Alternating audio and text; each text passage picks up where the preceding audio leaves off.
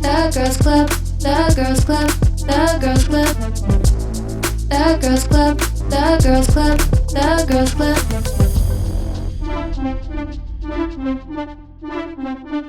It's my club and I'm a girl, yeah. Hello and welcome back to the Girls Club. I'm your president, Emily, and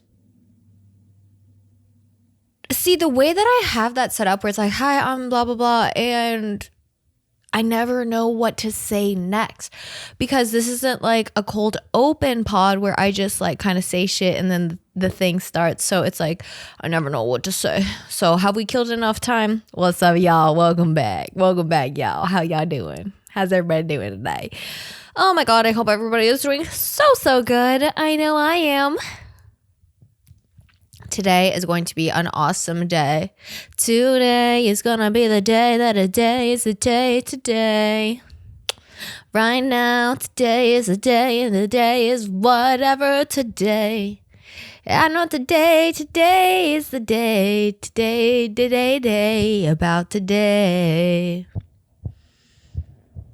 So today, okay, I'm sorry. Oh yeah, so today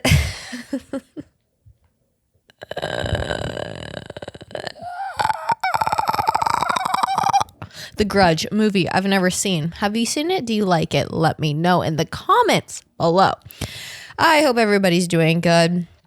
Tonight I am going to my friend's house and we're gonna do murder mystery game. Have you all ever played those games? They're like the games like at Walmart and Target, and they're in the game section, but it's basically just like a white woman true crime fantasy where you are a detective and you're solving some sort of murder mystery, and it's like fake clues and it's like a fake case basically, and you try to like solve it. So they're really fun. I've done a few of them before, but me and my roommate were at Target the other day and like we're in our I say we're in our board game era. We literally never play board games.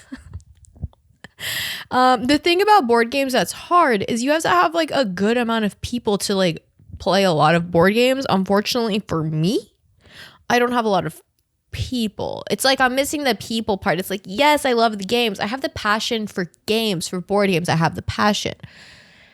I don't have the people. That's where I'm losing in that battle. So, yeah, I haven't played a lot of board games because I don't have a lot of friends, but I have a lot of boredness in my life, so maybe someday. But yeah, we were trying to find some like board games or something to play because we're trying to like we both are unemployed at the moment, and so we're both just like, girl, we gotta just like fucking use up time, do some shit to use up time. So we're like, board games ? So yeah, we were in the game section of Target trying to look through all these games, and then I saw those. It's like there's a bunch of different like brands that do it, but the one that we grabbed was like the Hunt a Killer brand or whatever. So we'll be doing that tonight. So crazy things happening. I swear, it's like the closer you get to 30, I've said this before, it's like you go one of two ways. You either become like the millennial burger joint like 30-year-old where it's like you're obsessed with craft beers, maybe you're into like boutique like smoke stuff like weed and whatever hashtag stoner life, or you do the other side of like getting older where you're like the nerd side. That's me. I'm on the nerd side, more like the best side, am I right? Yeah, because I was an alcoholic. So, yeah, I can't really do the drinking stuff.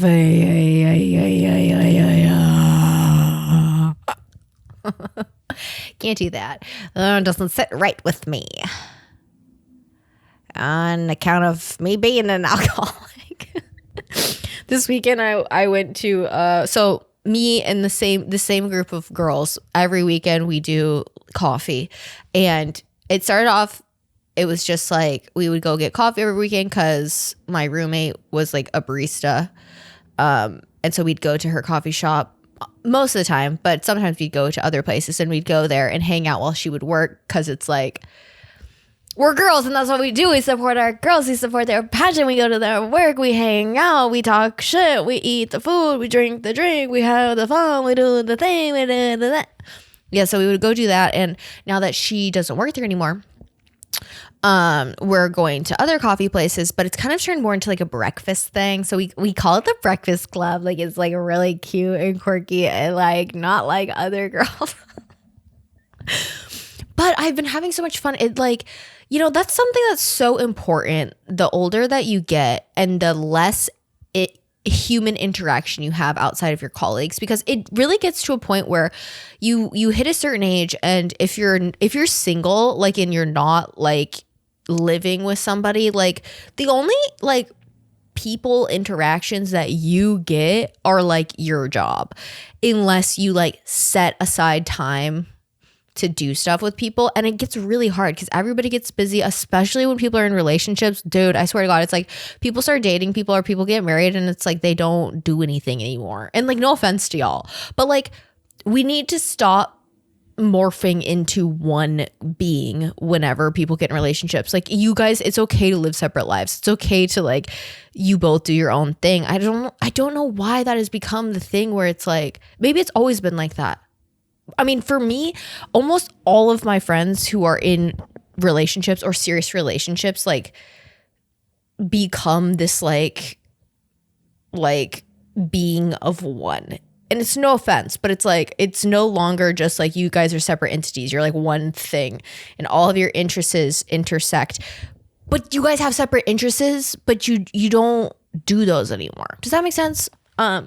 Except for my friend who's part of this Breakfast Club thing, it's like her and her fiance are like the one example of, I'm like, okay, this is like the type of relationship that is good, where I'm like, you guys both have your own things, you both have your own friend groups, you both have your own stuff, but you can come together, you mesh well with each other's friend groups. But you're not a package deal. It's not like, oh my God, every time I invite her, he has to come, or vice versa. Like if he goes and does something, like the expectation is she's there.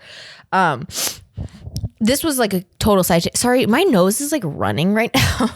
It dropped. It was like so nice all week. It was so nice. And then yesterday we had like crazy storms, and it was like in the like upper 70s like all week. Yesterday we had these crazy storms. Today it's 35 degrees.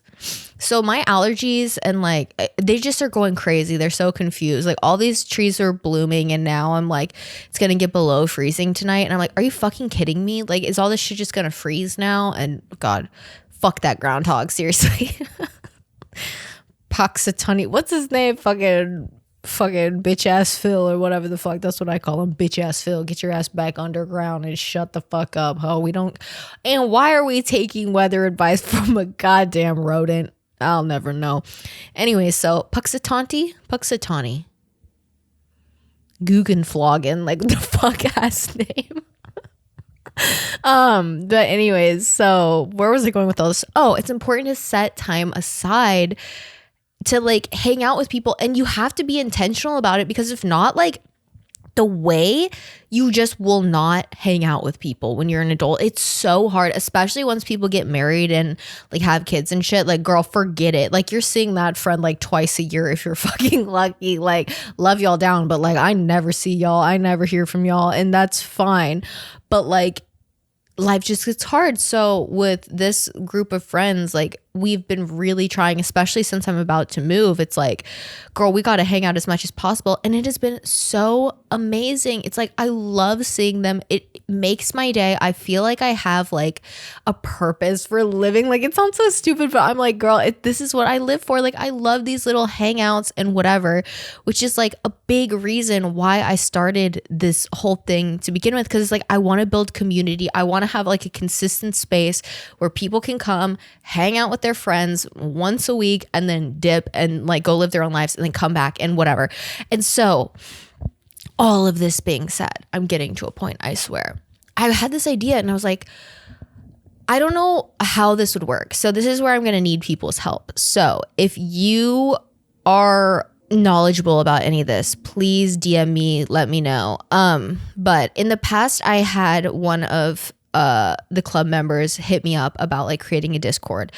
And she like kind of walked me through the basics of it because I'm unk and like I'm not with it when it comes to like Discords, all that stuff. My only like exposure to like Discords have been like through other things that I've watched, and like they have Discords, but like I've never joined any of them because I'm like, girl, I don't care that much about these, like not like these communities, but like I don't care to like, I don't know, like it felt very like juvenile to me because it was like, okay, the fans can all hang out here, but like that's not what I would want it to be, because like I would want it to be like an actual like community where it's like I'm in that bitch too. But the issue is, my biggest fear with like any sort of like private group like that is like some bad egg gets in, which I don't think this would happen with this community specifically, because it is like A, incredibly small, and B, like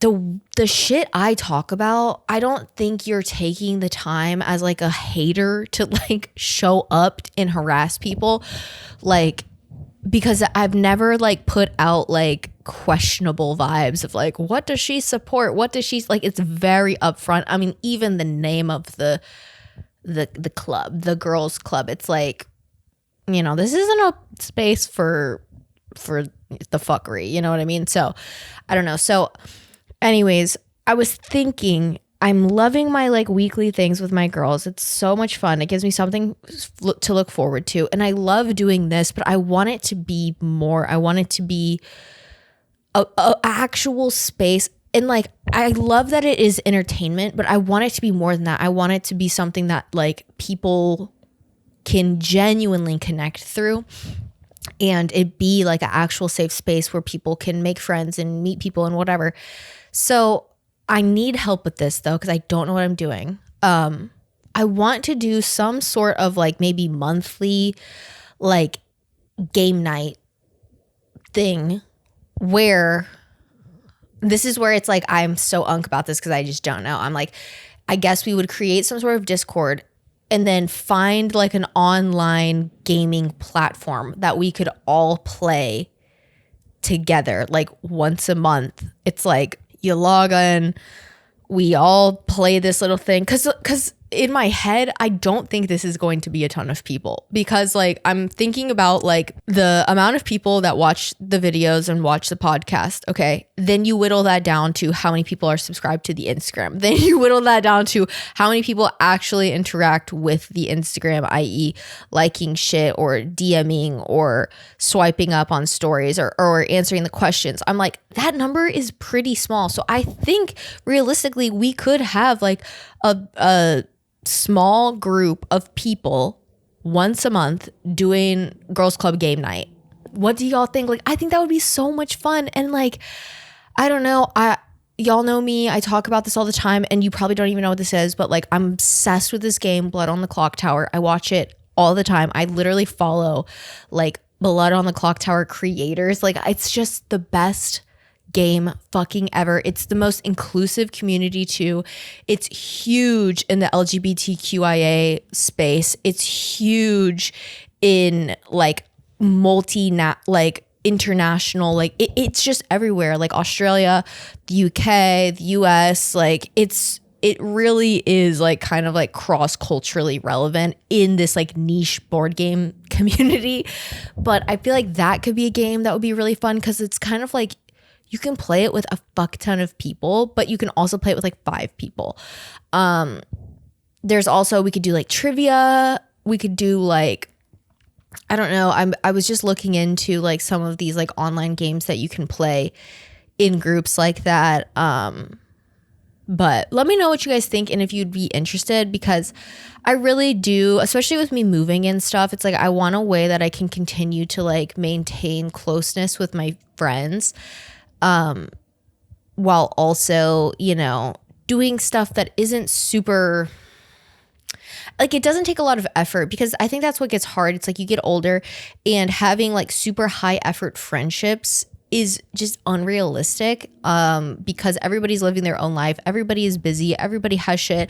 Also, nobody has money. So I'm like, what's something free that we could do that we could not only like have a key for like a couple of hours, but it's also like not super high committal. Like it's like, come on this day once a month if you can. If you can't, it's all good. We'll fill you in on the tea and shit on the Discord or whatever. And then if you can make it, amazing, hop in, let's play some games, and then we'll call it a night after a few hours. Like it doesn't have to be this like big ordeal where it's like, you know, high pressure of like whatever. It's like, oh, your Wi-Fi doesn't work, it's fine, you know, just we'll see you next month kind of thing.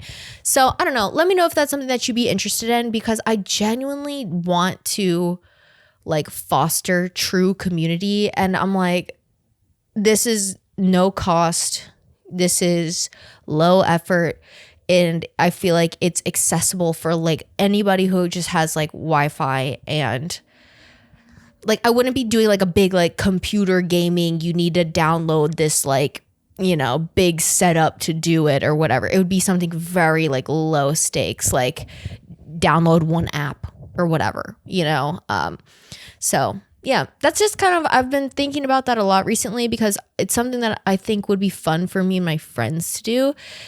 And the way that this community is, y'all are very similar to my real life friends, because we have all of the same like thoughts and feelings about shit in common. So I don't know, let me know if that's something you'd be interested in. At the end of the day, I'm very much like a big nerd at heart.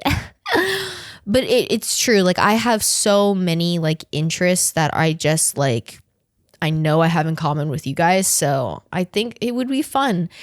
And I don't know, just different. And it's a group of people outside of your like day-to-day community, if that makes sense. So I think that would be fun too. It's like meeting people from all across the country or whatever. And so it's like, okay, maybe I'm traveling to like, I don't know, New Jersey or something or whatever. And you're like, oh, I know blah, blah, blah lives in New Jersey from the TGC game night that I do once a month. Like, while I'm there, I'll hit her up and we can go grab coffee. Or I don't know, like I don't know, like I want to connect us all. I want us all to like become a real community and have like allyship for, you know, the things we're passionate about and the things that we care about. And like, I don't know. So yeah, sue me for wanting to create genuine connection off this little old thing called the internet.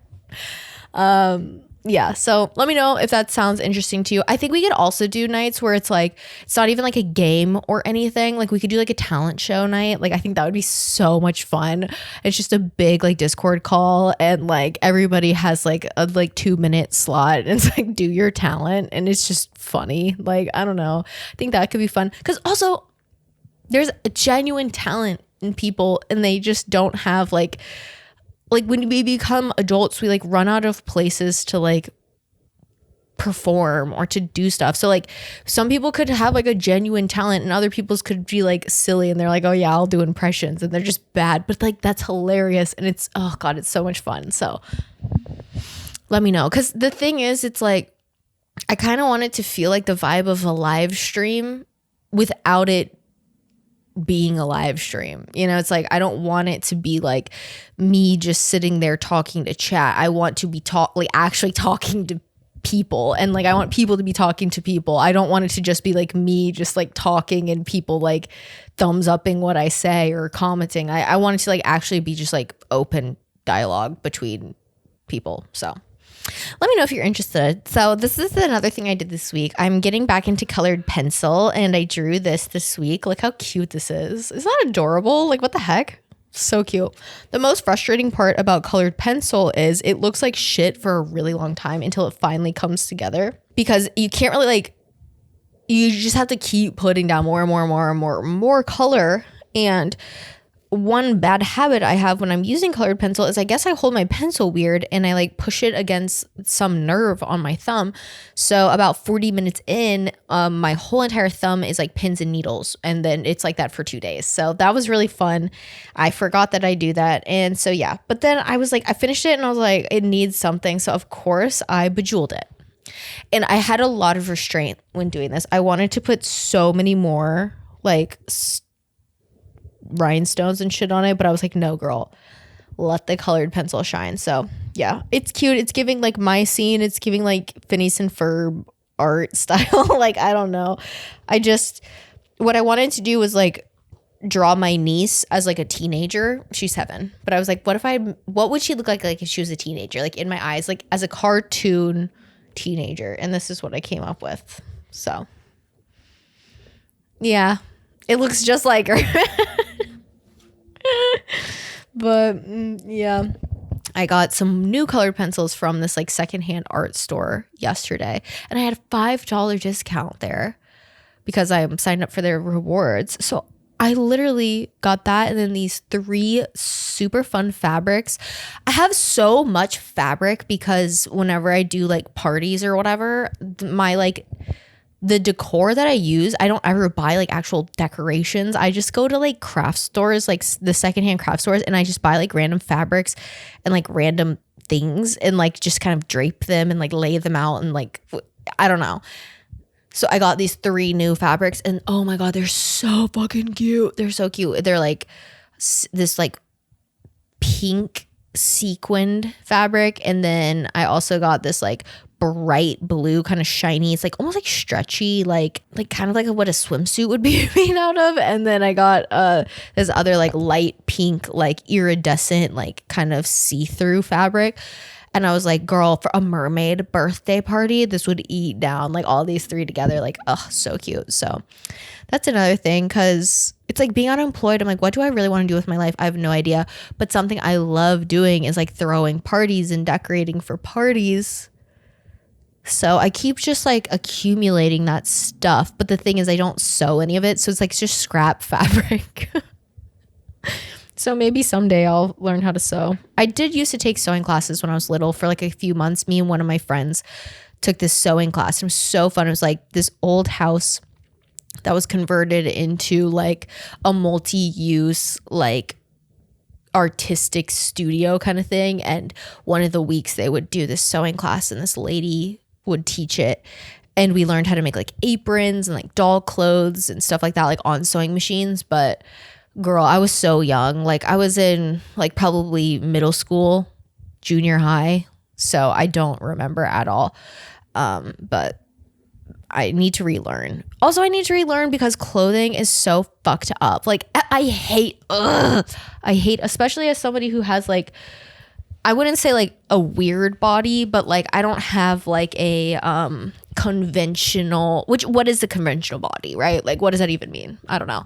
I guess I don't have a mannequin ratioed body, meaning like your torso and your legs and your arms are all proportionally like proportioned properly to one another, literally whatever that means, because every single body is different. But like I have such a short torso that like normal shirts are strange length on me, but then crop shirts are just kind of look like they just kind of look like too small normal shirts on me. And then like my belly button is so high because my torso is so short that like pants are often very strange on me. Like I need like true low-waisted pants, but then the crotch is really low. Like everything just fits me like slightly wrong. So I just need to learn how to sew so I can like tailor my own clothing. So I actually like don't hate every time I put something on. I'm like, that looks terrible. It's like, it could be good. It's just slightly off. So yeah, new skill unlocked. Anyways, speaking of things that are terrible, Timothée Chalamet opening his big fat stupid mouth talking shit about ballet and opera. I don't want to be working in ballet or opera or, things where it's like, hey, keep this thing alive, even though no one cares about this anymore. All respect to the ballet and opera people out there. Those comments at a variety CNN town hall with fellow actor Matthew McConaughey sparked a little backlash on social media. Actually, Timothée Chalamet sparked a big old the internet can't stop talking about a backlash. Now, the pair were discussing keeping movie theaters alive when the Marty Supreme actor made the comment. It felt like a bit of a wild choice, given that Chalamet comes from a family of ballerinas. Like, make it make sense. But he has called opera and ballet a dying art form before in the past. I was like, no woe is me thing, but you start working on movies, you start acting and pursuing your thing, and like, I started to get the sense maybe it was like opera or ballet or something. It's kind of like a dying art form or something.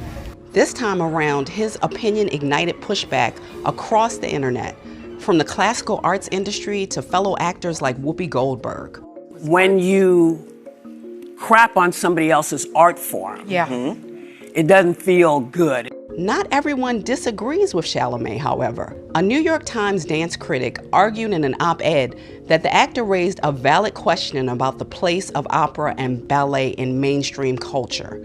Now, despite the heat, the star hasn't burned all his bridges. Institutions like the Seattle Opera advertised a Timothy-inspired ticket discount, and the English National Opera offered Chalamet free tickets in hopes of changing his mind. So, the ping pong ball is in your court now, Chalamet. It's like every single time a man opens his mouth, it's like, shut up, shut the fuck up. And it's so condescending, and people are like, oh my God, I'm so shocked. Like, Timothy has changed so much, blah, blah, blah, fucking blah. No, he hasn't.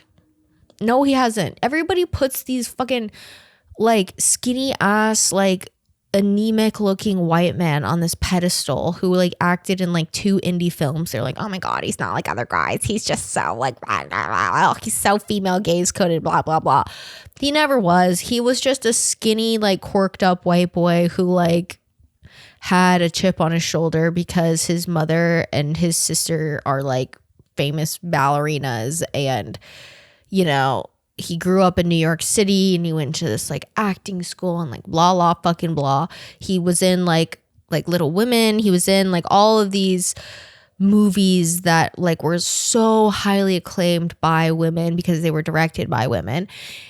And then it turns out he's just as much as a misogynistic loser as everybody else. It was like he literally pulled a Matt Rife on us. Not on me. I never liked him, and I never liked Matt Rife. And also, I always knew Matt Rife was a fucking loser because I used to watch Wild and Out. I love that shit. Fuck Nick Cannon and his whole, like, whatever he's got going on with his life. But that show ate, and I loved it. I loved Wild and Out because I was an MTV girly. I grew up on MTV. I fucked with MTV, okay? Every single thing on MTV I was watching because I have a sibling, I have a sibling who's 9 years older than me. So I was watching shit I was not supposed to be watching. Very young. I always knew Matt Rife was gonna be a loser. And then when he got all of his shit done and like he came out acting like he was this like hot piece of shit or whatever, I was like, dude, you were botched since you came out the womb, like, and that was your whole shtick on Wild and Out. You were like the loser white guy who was like, I'll flirt with the girls who are way out of my league, and then you started getting filler and braces and veneers and whatever, and then girls started paying attention to you, and then you became just an even bigger dickhead. So Timothée Chalamet, not surprised. What a fucking loser. What's so frustrating about like people who do the arts, you know, it's like the people who become these like A-list like movie actors act as if they were not like theater kids growing up, act as if they were not doing all of this stuff that they then shit on and act like they're too hot for. I'm like, every actor is just a theater kid. Every actor is just some like annoying fucking 12-year-old kid who was like thought that they were the coolest thing since sliced bread, but in reality was probably bullied. And then they just become actors for like Hollywood and act as if their origin story is different than the people who then go become Broadway stars or then go do like their local adult theater. It's like, girl, that is where you would have been.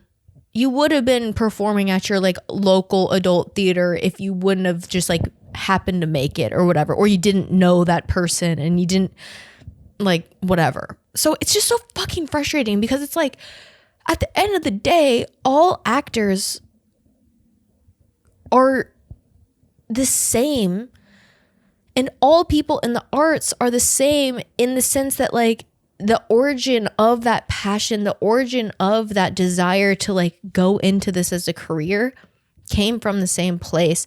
So for you to think that you're better than somebody else because you guys are like in totally different careers, mind you, like ballet and opera are in a completely different league than each other, number one, and number two, than like screen acting.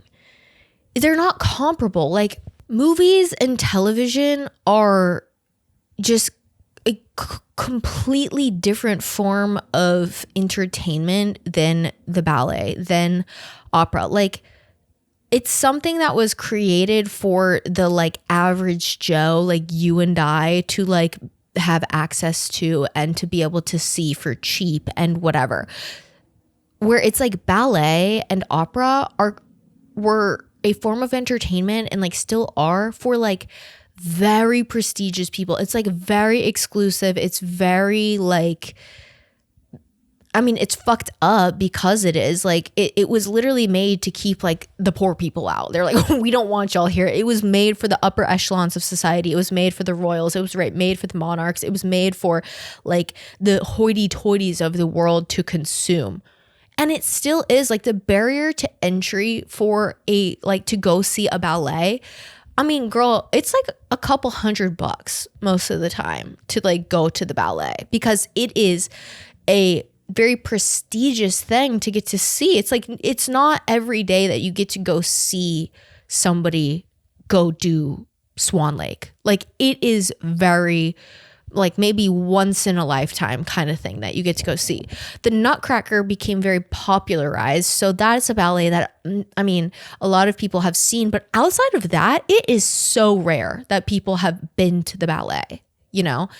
And most of the time when people see the Nutcracker, like no offense to anybody who has performed the Nutcracker, but most of the time, if not 90% of the time, when people have seen the Nutcracker, they have seen like local ballet productions of the Nutcracker that have like open auditions to like local child dancers.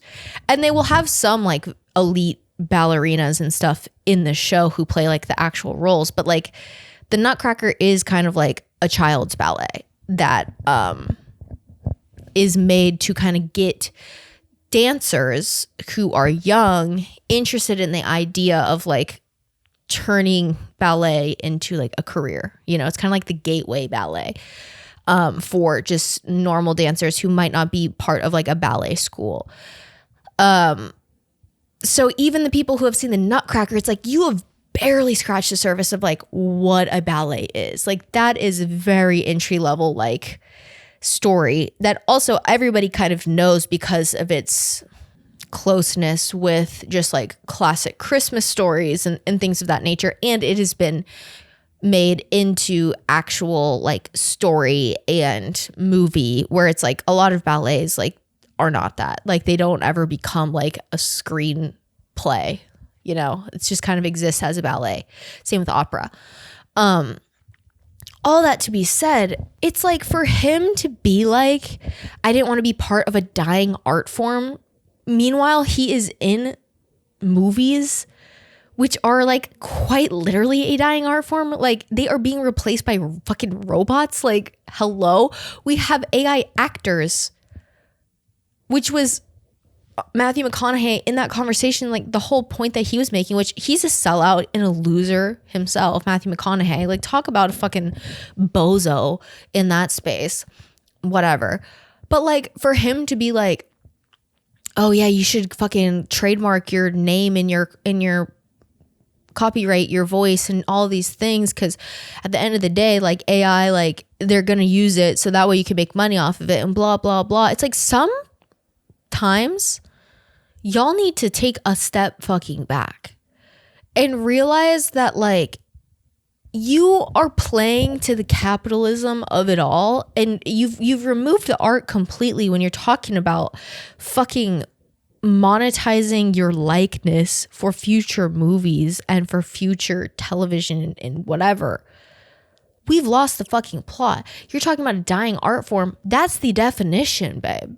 That is the definition of your art form is dead. You know what's never gonna die is live theatrical performances on stage. That shit is never going to die. I don't care how dire shit gets. I don't care how depleted of like funds that everybody has. Artists will continue to thrive. Even if there is not a stage for them to perform on, they will make one. Like, that is just how it is. It's how it always was. Like, think back to like original like storytelling and whatever. It was not on camera. It was not consumed at your house. It was like in a park. It was on the street. It's a guy busking on the corner playing a guitar. It's like, it's just the ego that these people get once they become, quote, like famous in a traditional sense of like name recognition and, you know, getting nominated for these awards and stuff. It's like they just lose the fucking plot, where I'm like, girl, ballet has existed for centuries. Opera has existed for centuries. Like the idea of storytelling as an art form has and will always exist. However, what won't always exist and what we are literally seeing die before our very eyes is cinema, unfortunately, is like Hollywood style big budget movies with actors and real like sets and shooting with a bunch of extras, and all that is dying. It's all becoming digital. It's all becoming CGI'd. It's all becoming like dubbed over. Like it's just hilarious for him to sit there and say, I don't want to be part of this dying thing, when it's like, girl, that is what you're part of. Wake up. Like, God. So I don't know. I just had to talk about that, especially as somebody who, like, I was a dancer, and that shit is so undying. It is so, it has and will always exist. It just will, because music is always going to be something that people need. Dancing is going to be something that like instinctually we all can do. Whereas like watching some fucking movie, girl, not everybody likes that, but everybody in the world can be moved by music and can be moved by traditional art in that sense. So I don't know. It's just very sad because he's also not this like, you know, old, wise old person who's like been around and seen things. It's like, girl, you're my age talking about like ballet as if it isn't one of the oldest art forms, and opera as if it hasn't continued to stand the test of time. Like, I don't know. So frustrating. I could talk about that until I'm blue in the face. The fact that people go to the movies in pajamas, but like you would never pull up to an opera like that. You wouldn't even get in the door. Like, there's no coat check at the movies. You know what I mean? Like, shut up. Oh my God. And then he's like, oh, sorry, I lost 14% of my 14 cents in viewership by making that comment. It's like, you look at people as dollar signs. Girl, you've lost the plot. Do not piss me off. Like, God, it's so, and that's what happens when you become lost in the sauce of it. It's like, it just becomes money. And no offense, babe, Marty Supreme, insufferable. That movie, horrible watch.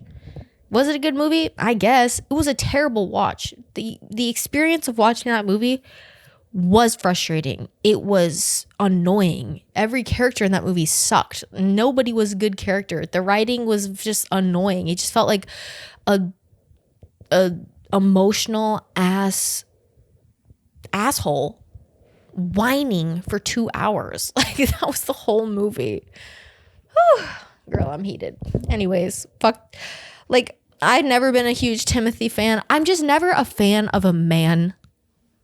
End of sentence. So, like, I'm never going to be disappointed by one. I've said this a million times. No famous person will ever disappoint me. No man will ever disappoint me because my expectation is in hell. Okay?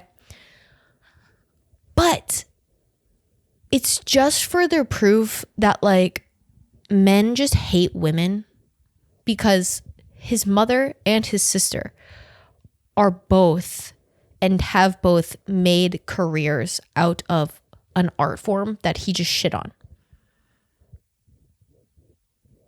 So if a man doesn't respect his mom and his sister, what the fuck makes you think that he would respect any woman? Not even the woman that birthed him, he does not respect. You lost me, babe. Speeching. Let me give a speech. Speaking of other people who have pissed me off, and now I'm talking about a girl. Rosanna Pansino. Babe, what are we doing? Rosanna Pansino has been the flippiest of floppiest of YouTubers in recent years. If you don't know who I'm talking about, she is this like cooking, baking YouTuber who has been on YouTube for a really long time. She is like very much OG YouTube, very much millennial, kind of cringe coded. She is like small bean energy, but she's feisty and quirky and silly. A couple years ago, she came out with like beef with like Mr. Beast because she was in like some like Beast video. She was kind of the leader of the charge against Mr. Beast like 2 years ago because she was like, I was supposed to be in the video. No, I was supposed to be in the video. She was in the video. She was in this like Mr. Beast like hide and seek challenge video in like SoFi Stadium with like all these other YouTubers. And I guess when the final cut of the video was put out, it was like fake because she was supposed to have gotten third place. But in the video, she got like fourth or fifth or something like that. And so she like tweeted and was like, I can't believe that I was the only female who made the top 3 and that was cut out of the video. And I used to think like Jimmy's videos were real, but now I don't, and blah, blah, blah. And like at the time, everybody like had her back and was like, yeah, fuck Mr. Beast. Like, which this is not me supporting Mr. Beast. Don't get it twisted. I think that guy's crazy as shit. I think he is a supervillain of his own statue. I'm just here because to report the news, you know. That's me, news reporter of important topics such as Rosanna Pansino. So, you know, she goes on this like Twitter battle against Mr. Beast, and then she starts making YouTube videos about it, which is very different from her normal content because, mind you, her normal content was like, let's bake this cake that looks like a Minecraft creeper. Like, it was very much like very family friendly content, very much like quirky, silly, goofy cooking content. It was not spill the tea with me, shit talking, I'm gonna bring down a billionaire content. Okay, so when she did that, everybody was like, oh damn, okay, Pansino, like we see you. And then Dogpack 404, whatever, that it was like an ex Mr. Beast employee comes out and he's like this whistleblower for Mr. Beast, and he teams up with this guy who Jake something, girl, I could talk, like there's so much lore here. They come out and they're like, Mr. Beast is a fraud, he treats everybody like shit, and you know, he abuses his employees and he does all this stuff. This was their story. I'm not saying he does that, I'm saying allegedly, okay? Me thinking Mr. Beast would fucking sue me. I'm like, girl, he doesn't know who I am. Mind you, I have no money, so try to sue me, bitch. You're not gonna get shit from me. So then Rosanna and that Dogpack guy make a video. This is where things kind of are like the brakes went out because everybody's like, wait, this is kind of weird vibes. So that Dogpack guy got a fuck ton of engagement because he was like the first guy to like kind of really talk about and bring to light all of the like internal shit that had been going on at Beast Incorporated or whatever the company was called, because he was talking about like the team's group messages, like the work group chats, talking about like explicit stuff involving minors and like sexual things, and like how the culture was really bad and like people were overworked and underpaid and like forced to sign NDAs and like all this shit. Like, I don't know, you know, he said, she said type shit. Rosanna has him on her like YouTube channel. They go through all this stuff that is supposedly like supported by evidence. Okay. Turns out a lot of it wasn't really factual or supported by evidence, and a lot of the people who had initially like made claims to Dogpack 404 or 405 or whatever the fuck his name was, then were like, actually no, that was a lie. Like that was a lie. Like I didn't mean that. And so he started losing a lot of his credibility. And then they also like, they were talking about this like photo sent in this group message, like a work group message that involved like a possible minor, and it was like explicit imagery.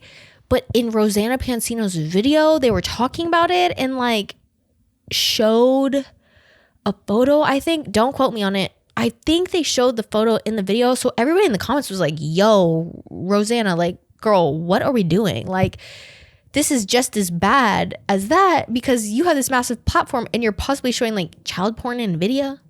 Girl, what are we doing? Like, shit just got really weird. And anyways, she had like a lot of stuff going on, but her whole thing is like performative feminism and like this like white woman version of feminism where it's like she's a feminist kind of when it benefits her, but then like when it's not something that she really actually cares about, she just won't speak about it, even though it's like an important topic to talk about.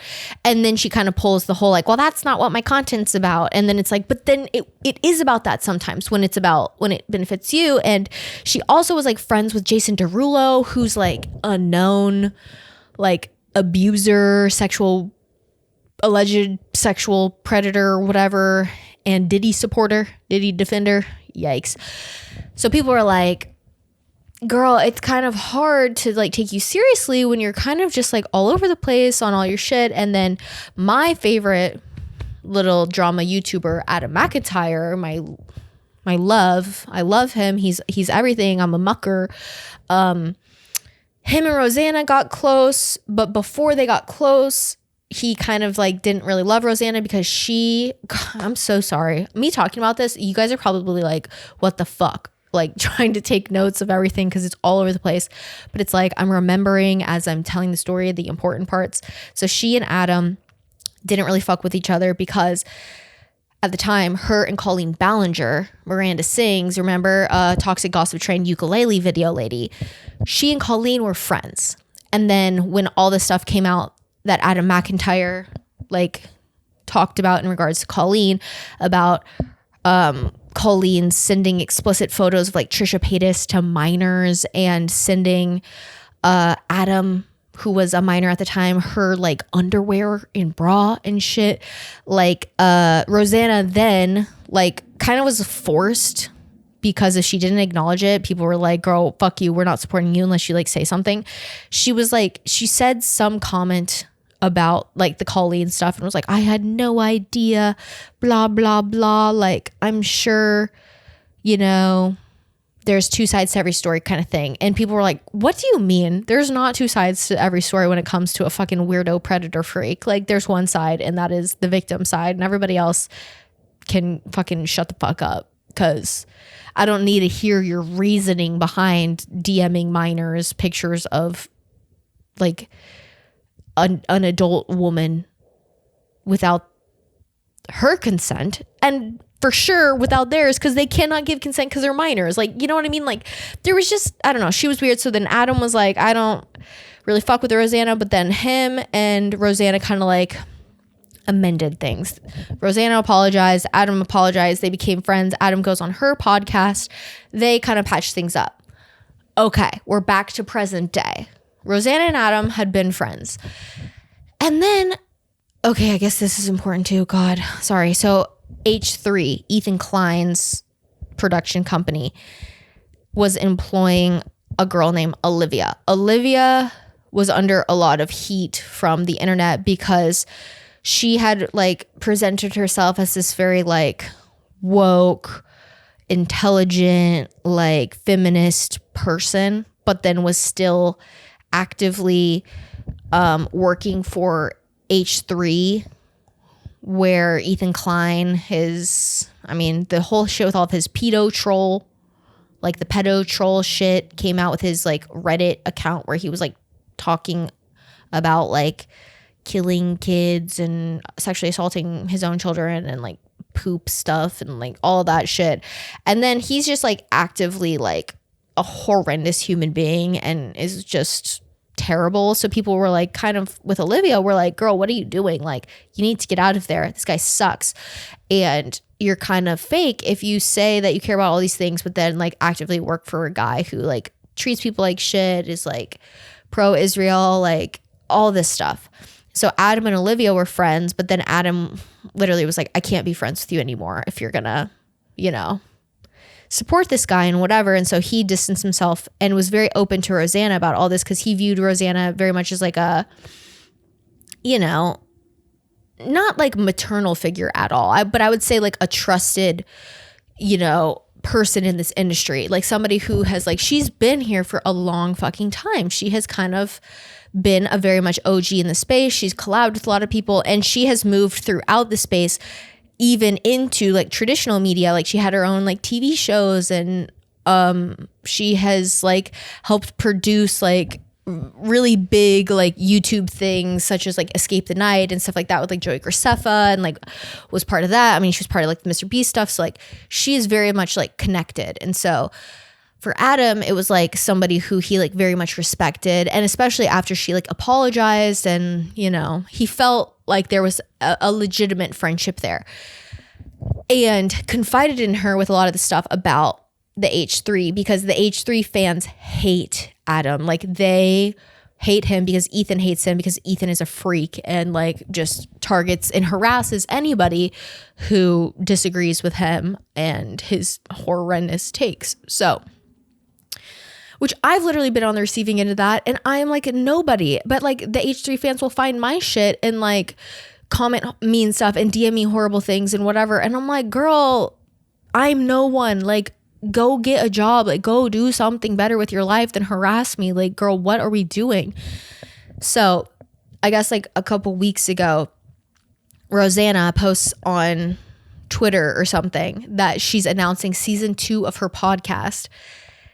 And her co-host is Olivia from H3.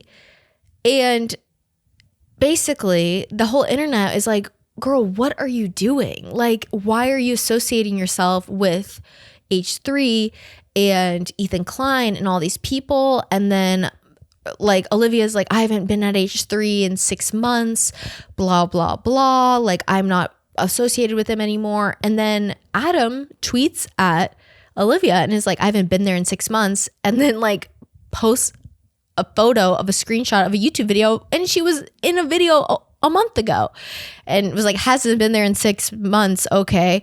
And then Rosanna responded to that and was like, she hasn't worked there in 6 months or whatever. And then she's like, so stop spreading lies. I know you're not friends with us anymore or whatever. And I'm like, whoa, bitch. First of all, he didn't say she hadn't worked there and she didn't say she hadn't worked there. She said I hadn't been there. So now you're just like calling him a liar, but he didn't lie. You just lied. Like, I don't know. The whole thing is so frustrating because it's like she was out of the hot water. Like, people had kind of forgot about her association with Jason Derulo and all those weirdos and had kind of moved on from the fact that like she has constantly been surrounding herself by like questionable people like Colleen Ballinger, Jason Derulo, like all those people from that era of like Vine and whatever. And then she goes and associates herself with Olivia, where it's like, think what you want about Olivia. But at the end of the day, she is still so heavily part of that H3 world because all the H3 people were commenting on it and was like, oh, I'm so excited for this. Like, congrats, Olivia. Like, we love you, blah, blah, blah. So it's like they're still very much still involved with that world, even if she isn't like employed by them or whatever. It's still, that fan base is still a huge part. So Adam had just like made a video being like, I'm not mad at them for doing this at all. Like, I get it. I totally understand. What I'm like disappointed by is like, I didn't get any sort of heads up from Rosanna. And he was like, after I had like kind of like spilled my guts to her about how horrible this community had been to him. And then she just like is a catty mean girl on the internet being like, oh, well, we know that you don't like us anymore, and like unfollowed him. I'm like, girl, you're like almost 40 years old. Get your shit together. Why are you acting like this? Like, he's 22, 23, whatever, however old he is. And like, I am always impressed by his level of maturity where he gets constant ridicule on the internet. And, you know, it's just so disappointing because she had really gotten herself out of a lot of hot water by kind of distracting people. But then the Mr. B stuff kind of like went to shit. So what did she do? She surrounded herself by somebody who the internet had really rallied behind and supported, which was Adam McIntyre. And then she just throws him under the bus in one fucking quote tweet and then like lies on his name. And then I'm like, girl, what are you doing? It's so disappointing. And kind of circling back to this whole idea, it's like once you reach a certain level of like wealth and popularity, it's like your morals just go away, which I do not understand. So it's like, I don't think their morals go away. It's like, I just don't think these people had them to begin with, which is so disappointing because it's like, you want to believe that there's really good-hearted people out there, and you want to believe that people care about people and like they genuinely like would prioritize things above wealth and success and money, but it's like they just don't, and that's just the most disappointing. So none of this is really important to y'all probably, but for me it's like, I don't know, there's like a few content creators who, not that I have a parasocial relationship with because I'm not somebody to like comment on videos or watch streams or whatever, but like there's a couple of creators who I genuinely feel like I can tell are good people. And like Adam is one of those people where I'm like, I have a sixth sense for that kind of thing. It's like when I used to watch TMG and whatever, I never believed that Cody and Noelle were like good people at the end of the day. I never thought like these guys would never do anything bad. It's like, no, I knew that they were always going to be like shitty dudes, probably deep down, because of the things that they joked about, the way of their character, whatever. So I didn't ever hold them to a higher standard, but there's like certain creators where it's like, I would genuinely be, not in a parasocial way, just in a way of like, maybe I can't trust my own radar of like, it would be kind of heartbreaking to me if they turned out to be a really bad person. And I don't know, I just feel like Adam McIntyre is one of those people that I'm like, it would actually shock me if he is not the person who he puts out.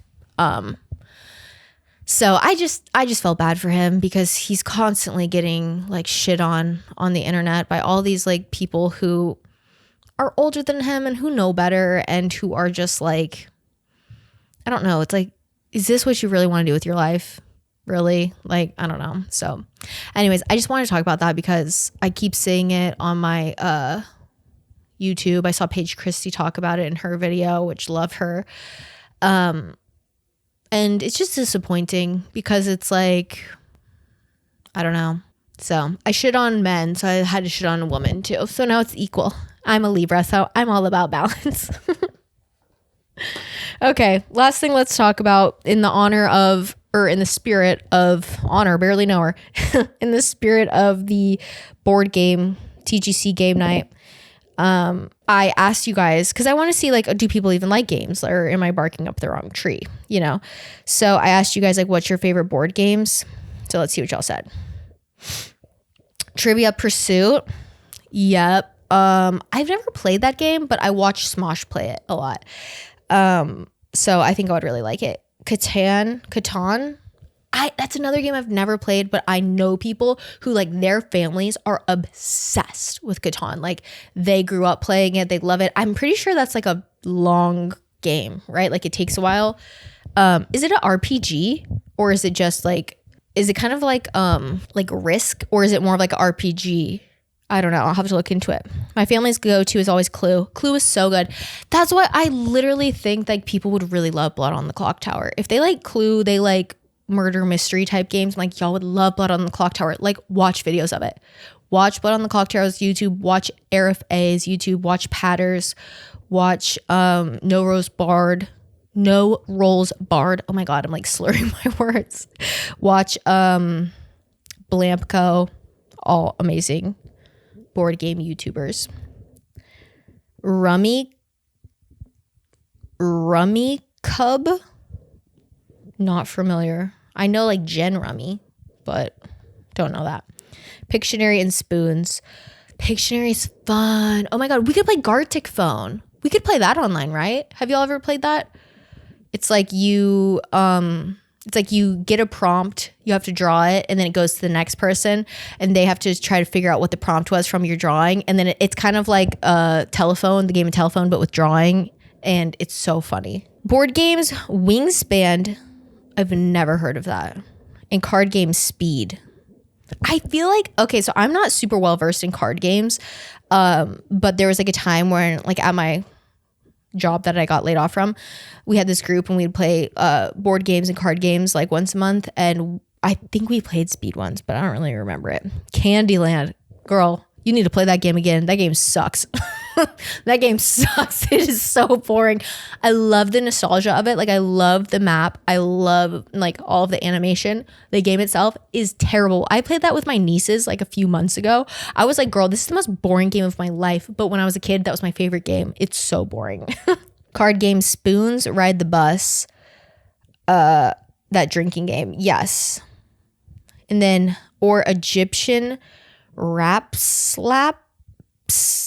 Rap laps, girl, I don't know what that means. Or bullshit. I do know bullshit. Is the slap game where it's like you have to like hit the card first to like grab it? I don't like those games because I am not like a confrontational person like that, so I just will not play. Scrabble, I'm an old woman at heart. Aw, I'm bad at Scrabble because I can't spell.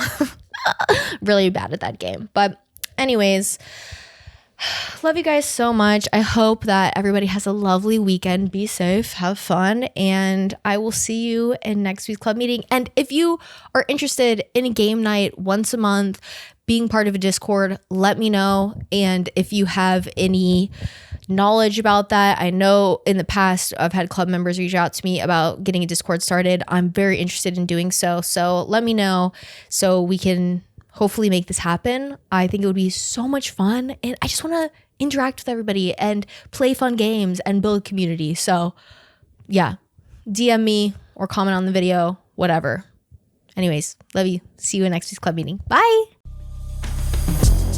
The Girls Club, the Girls Club, the Girls Club, the Girls Club, the Girls Club, the Girls Club.